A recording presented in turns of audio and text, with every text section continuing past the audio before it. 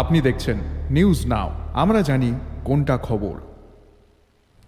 বটতলা বাঁশবাজার সংলগ্ন এনবিআরসি এলাকায় সিপিএম সমর্থিত আবির দাসের বাড়িতে হামলা চালায় দুষ্কৃতীরা।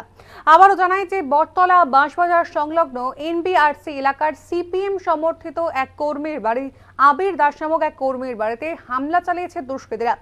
বাড়িতে ঢুকে তার গোটা বাড়ি ভাঙচুর চালায় তারা। ঘটনার খবর পেয়ে ঘটনাস্থলে ছুটে যায় এডিনগর থানার পুলিশ। গোটা ঘটনায় আতঙ্ক বিরাজ করছে সমস্ত এলাকায়।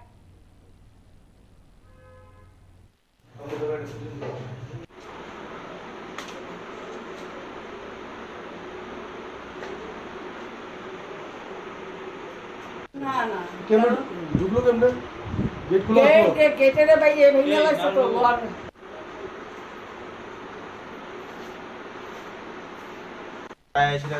টাকা দিয়ে মানে ভিতরে ঢুকে গেছে। তোমরা জিজ্ঞাসা করছো না কি লেগে আইছে? জিজ্ঞাসা করছে কই কই কই, আমরা আর কিছু কইতে না, কারে কই কারে বিচারতেছে, কই কিটা করতেছে। আমরা তো ডরে, আমরা তো স্টুডেন্ট, বুঝছেন না। দেখেন আমরা বইটুই খাটের মধ্যে আমরা পড়তেছি, বুঝছি। হঠাৎ করে এসে এমন অবস্থা। এমন হইলে কেমন হইব দেশের মধ্যে এত একটা সিকিউরিটি জায়গার মধ্যে? মানে তারা কতজন আসলো? সপ্তাহের উপর হচ্ছে না স্যার, কিছু উপর হচ্ছে, কিছু নিচে আছে। আয়া কারে খুঁজছে জিজ্ঞাসা করছো না?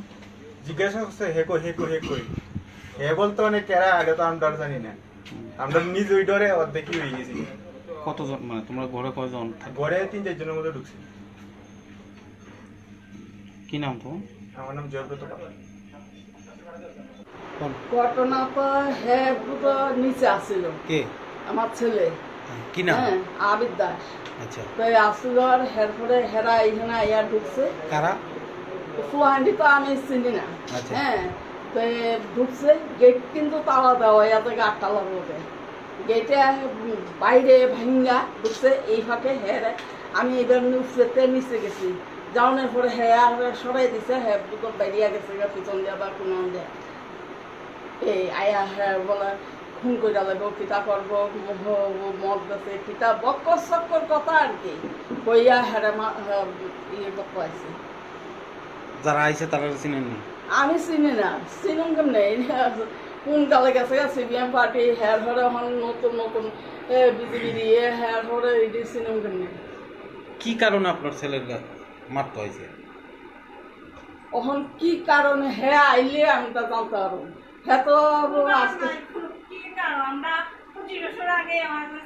কারণ হ্যাঁ এখানে আগরতলা কমে থাকে, ওই আপনার ইয়ে থাকে, কি করে আপনার ছেলে? কন্ট্রাক্টই করে।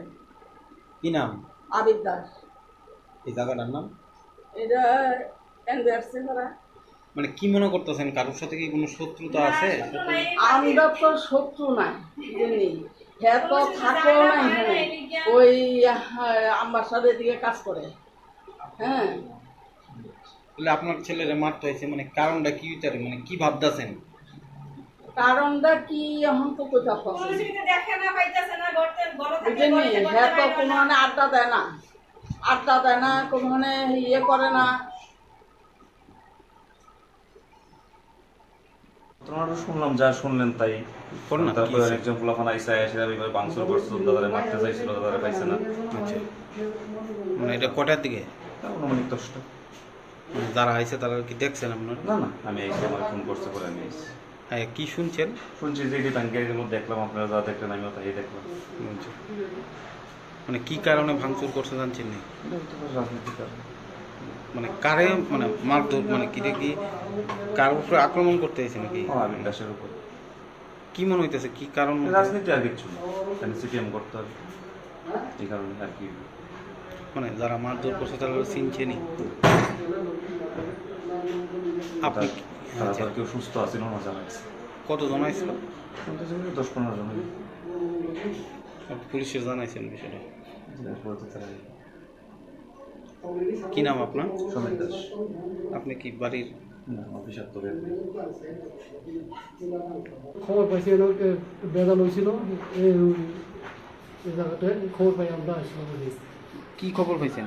আমরা পাইছি 12 জন লোক আসছিল, আওয়ার পরে মাছদুর করানোর লেগে মনে হয় আইসে বাড়ি করে কাজ টাজ বাইক ভাঙিয়ে দিয়ে গেছে। কাউরে দেখছেন নি বা আটক করতে না পারছেন? না কেউ তারা দেখছে না চিনেও না চিনি অনকে আপনারা এটা তদন্ত